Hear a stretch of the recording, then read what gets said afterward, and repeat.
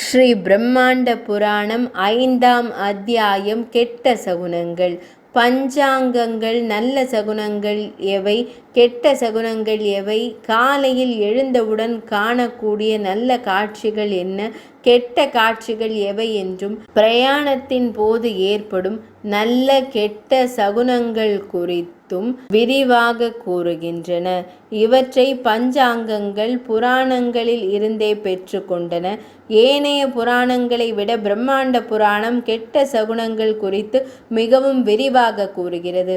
கனவில் துருவ நட்சத்திரத்தை கண்டவன் ஓர் ஆண்டிலும், சூரியனின் கிரணங்களை கனவில் கண்டவன் 16 மாதங்களிலும், பொன் வெள்ளி என்பன வாந்தி எடுப்பதை கண்டால் 10 மாதங்களிலும், அழுக்குடைய கால்களை கண்டால் சில மாதங்களிலும், ஒரு காகம் கரைவதை, புறா ஒருவரின் தலையில் விழுவதை கனவில் கண்டால் 6 மாதங்களிலும் அவர்கள் மரணமடைவார்கள். ஒருவரை காகங்கள் சூழ்ந்து நிற்பதாக கனவு கண்டாலோ அல்லது சாம்பலை குவித்திருப்பதாக கனவு கண்டாலோ 5 மாதங்களில் மரணமடைவர். தெற்கில் வானவில் தோன்றியதையும் அதுபோல தெற்கில் மின்னல் தோன்றுவதைப் போல கனவு கண்டால் 3 மாதங்களில் கனவு காண்பவர் மாண்டு போவர். தனது நிழல் பிரதிபிம்பமில்லாது அல்லது தலையில்லாது கனவில் வந்தால் கனவு காண்பவர் 1 மாதத்தில் மரணமடைவார்.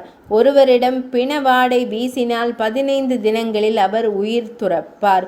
ஒருவர் பயணிக்கும் தேரை குரங்கு அல்லது கரடி தெற்கு திசை நோக்கி இழுத்துச் சென்றால் கனவு கண்டவர் சில தினங்களில் மரணமடைவார்.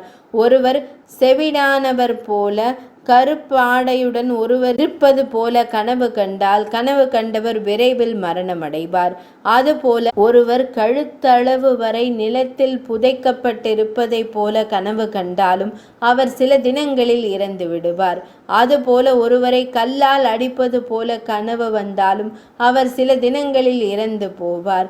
பாம்புகள், சாம்பல், நிலக்கரி, முடி, காய்ந்து போன ஆறு ஆகியவற்றை கனவில் காண்பவர் 10 தினங்களுக்குள் இறந்து போவார்.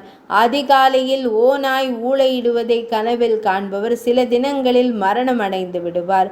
விளக்கு திரி அணையும் போது வெளிப்படும் சுடரினது நாற்றத்தை அறிந்து கொள்ளாதவன் மரண வாசலில் இருப்பான். கண்களில் தொடர்ந்து கண்ணீர் வடிதல், காது நீளுதல், மூக்கு வளைந்து தோன்றுதல் ஆகியன விரைவில் மரணம் உண்டாக போகும் என்பதை குறிப்பதாகும். கருநாக்கு, சாம்பல், முகம், சிவந்த கன்னங்கள் இவை மரணம் வருவதை முற்கூட்டியே தெரிவிக்கும் அறிகுறிகளாகும்.